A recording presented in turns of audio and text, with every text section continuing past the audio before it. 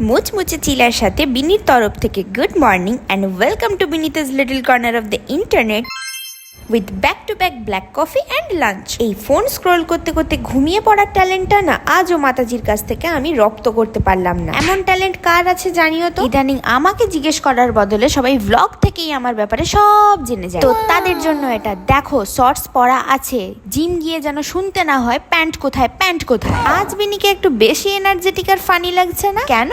কারণ জিমকে প্রচুর মিস করেছে এই 2-3 দিনে। তাই এই বিভৎস গরমে লেগ অ্যাবস দুটোই করতে হলেও লিটারেলি দিল একদম পুডিং পুডিং হয়ে আছে। আবার কমপ্লিট স্টেপ গোলস হেঁটে তো ঘর ফিরেছে, তাও আবার এই অন্ধকারে গান করতে করতে। কেউ ঘর থেকে ঝাঁটা ছুঁড়ে মারেনি ভূত ভেবে, এই অনেক। দেন দুটো বয়েলড এগস এর সাথে এনার্জি গেইন করে ভালো রকম স্নান করে ফ্রেশ হয়ে আবার আলাদা করে কিচেনে ডিনার বানানোর কোনো ইচ্ছে নেই। তাই চিকেন, ডিম, নুন, আদা, সেজওয়ান সস অপশনাল, পেঁয়াজ, রসুন, লঙ্কা বাটা দিয়ে ম্যারিনেট করে এয়ার ফ্রায়ারে ফ্রাই করতে দিলাম। জানি অনেকেই বলছে শাড়ি ড্রাইভিং এর ভিডিও আর আসছে না কেন। ব্যাপার হলো বিনির লাইফে কিছু উঁচ নিচ চলছে, তার উপরে এই বিভৎস গরম প্রসেস করতে পারছি না, তাই একটু সময় নিচ্ছি, সরি।